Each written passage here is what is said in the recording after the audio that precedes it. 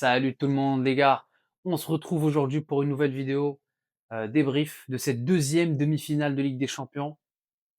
Ça nous aura pas fait rêver comme PSG Bayern hier les gars. On est sur un autre calibre de match, un match bien, on ronfle. Franchement les gars, on ronfle fort.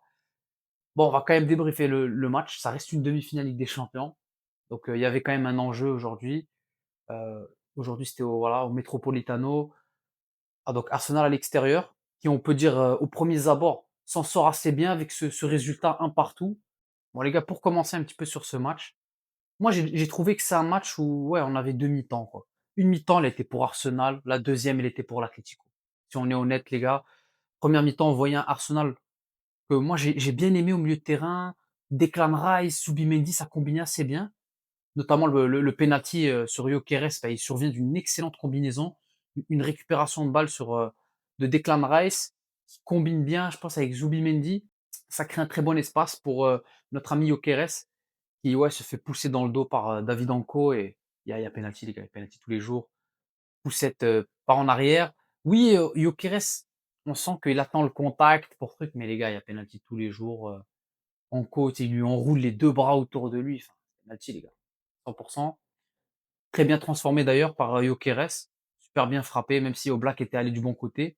Donc ouais, on se dit: «Ouais, c'est pas ouf pour l'Atlético qui concède, donc ce but avant la mi-temps». Moi, pour moi, c'était un tournant. Je pensais qu'Arsenal allait être capable de dérouler en 2e, peut-être en mettre, 1 ou 2 de plus. C'est absolument pas ce qui s'est passé les gars, absolument pas. On revient en deuxième mi-temps, on a un Atlético ultra agressif, super pressing, franchement, qui voilà, arrivent à se créer des espaces, des occasions, ils sont intéressants. Franchement, j'ai trouvé plusieurs joueurs qui arrivent à s'en sortir. Cardozo au milieu de terrain, qui arrivait à bien gérer le tempo. Griezmann, les gars, Antoine Griezmann, s'il vous plaît. On va en reparler dans les tops, mais moi j'ai aimé son match, hein, franchement, Griezmann. Donc voilà, l'Atlético qui reprend du poil de la bête, qui se procure beaucoup d'occasions, en plus des occasions concrètes, hein. Des barres avec Griezmann qui touche l'équerre, là, pas loin de la lucarne, franchement. On a Lookman, les gars, qui a pas mal raté aussi, des face à face assez importants. En deuxième mi-temps, bah, c'est un tout autre visage qui nous montre, jusqu'à obtenir donc ce penalty. Donc d'un corner, combinaison à 2, reprise de volée de Marcos Llorente. On a cette main et les gars, situation très similaire, à Davies hier contre le PSG, sur le penalty de Dembélé là avant la mi-temps. C'est exactement la même chose. Ça veut dire qu'on a une frappe ou un centre un petit peu légèrement dévié sur le genou, main, mais la main est décollée. Là, les gars, moi, je comprends pas trop le règlement ici. Est-ce que il faut que, si la balle frappe la partie du corps et touche la main, il n'y a pas main, ou de ce que j'ai pu entendre, même si ça frappe une partie du corps, si la main est dans une position pas naturelle, il y a tout de même penalty.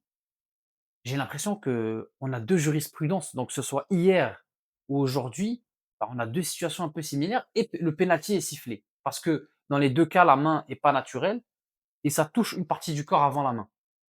Je sais pas, franchement, si quelqu'un a plus de détails sur le règlement, qu'il n'hésite pas à nous le dire en commentaire, mais franchement, je sais pas, il faudrait avoir plus de précision à ce niveau-là.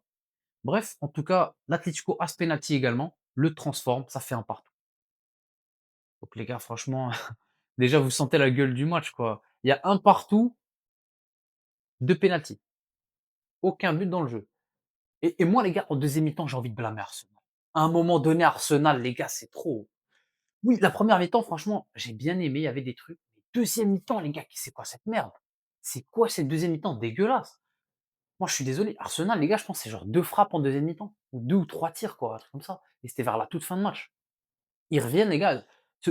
Cette période entre la 45 et la 70e, ils sont inexistants, Arsenal. Inexistants. T'as l'impression qu'ils refusent le jeu. Et ça, c'est un truc pour moi qui porte préjudice à cette équipe des Gunners, franchement. Quand Arsenal vient, parce que pour moi, la majorité des matchs d'Arsenal, c'est ils viennent, tu viens pour pas prendre de but. Normalement, avec un match de foot, tu viens pour marquer et gagner. Arsenal, ils viennent pour pas prendre de but. Bordel, les gars, c'est dur, Arsenal. Offensivement, Arsenal, je pense, sur les 10 derniers matchs, je sais même pas s'il y a 7 ou 8 buts. C'est chaque fois, c'est un but ou ça marque pas. Offensivement, une équipe qui prétend à gagner la première ligue. Cette saison, en tout cas, la bataille est toujours, est toujours assez rude avec Manchester City. Bref, une équipe qui est à la lutte pour le titre en PL et qui est au dernier carré de la Ligue des Champions nous propose ça offensivement, il y a des énormes problèmes, les gars. Je suis désolé quand même. J'aimerais aussi rajouter Eze. Eze, qu'est-ce qu'il fout sur le banc, s'il te plaît?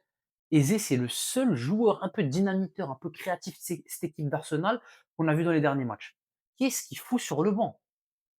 Arteta, je sais pas, franchement, ça c'est un truc que j'ai un peu envie de mettre en avant. Eze, c'est le seul d'Arsenal, pour moi, tu dois le mettre titulaire. Et en plus, il rentre aujourd'hui et il est très intéressant. Très intéressant. Et on va parler de cette situation-là, parce que beaucoup de gens vont réclamer un penalty sur la situation de Eze. Franchement, c'est très délicat parce que on a David Anko. Oui, ce tocard de David Anko est toujours, toujours là sur cette deuxième situation litigieuse. C'est dur, franchement, parce que il y a un angle où tu le vois, il lui marche un peu sur le pied, mais il y a un autre angle où tu le vois à peine, quoi. Il lui touche le bout de l'orteil et t'as Eze qui simule quand même assez bien. Moi, personnellement, je le siffle pas, les gars. Moi, je vous dis la vérité, je siffle pas le penalty.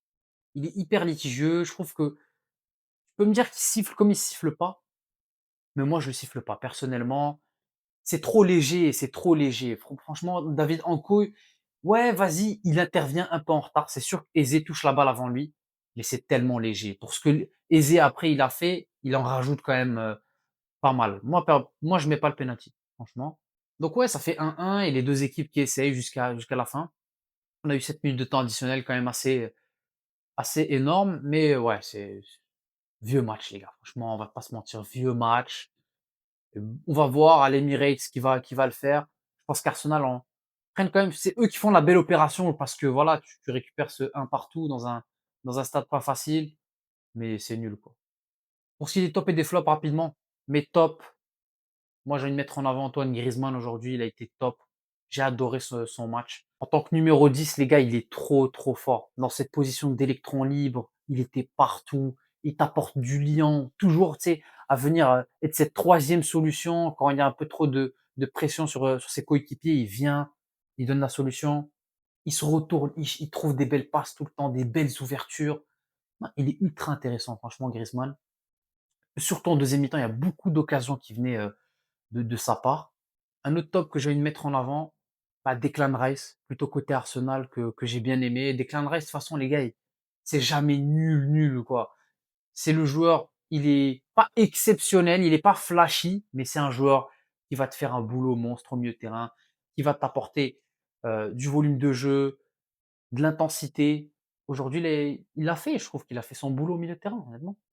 Pour terminer avec les tops, petite mention à David Raya en vrai, au gardien. Franchement, David Raya, les gars, c'est un des meilleurs à son poste aujourd'hui, hein. Je pense qu'il est là facilement top 3. Encore une fois, il fait des arrêts assez importants aujourd'hui, même si Lookman l'aide beaucoup. Franchement, il y a 2 face à face, les gars, où Lookman, il se chie dessus, il frappe la balle sur lui, bah, il les sort quand même. On a également de la situation en début de match là, très bel arrêt, sur Alvarez. Moi, je l'ai trouvé assez serein, à part sur le penalty où franchement tu peux pas faire grand chose, il est tellement bien frappé. Pour ce qui est de mes flops, les gars, je vais aller avec Lookman, franchement. Lookman aujourd'hui, c'est pas ouf. Il nous habitue à mieux, franchement, à être plus clinique, à convertir plus facilement ses occasions. Aujourd'hui, il rate trop d'occasions. Trop de et des fois, je me dis: «Mais qu'est-ce qu'il fait, quoi?» Beaucoup trop d'occasions ratées. Pas un très bon match. On va voir s'il peut se rattraper à l'Emirates. Ouais, à part ça, il y a pas grand-chose à dire. À part le fait que c'était vraiment un match, très soporifique, très mid, quoi. En fait, quand tu vois ce qu'on a eu hier et tu vois ça, enfin, c'est le jour et la nuit complètement, en fait. Mais c'est dommage parce que franchement, les gars, si on pouvait pas faire une pétition pour disqualifier ces deux protagonistes du haram ball là et qu'on nous fasse encore une fois jouer genre 2 autres matchs de PSG Bayern, je pense que personne serait en train de se plaindre, les gars. En tout cas, dites-moi ce que vous avez pensé de la rencontre, les gars. Abonnez-vous, likez, partagez. Comme je vous ai dit, les gars, beaucoup de contenu à venir, donc soyez branchés, les gars. Ciao.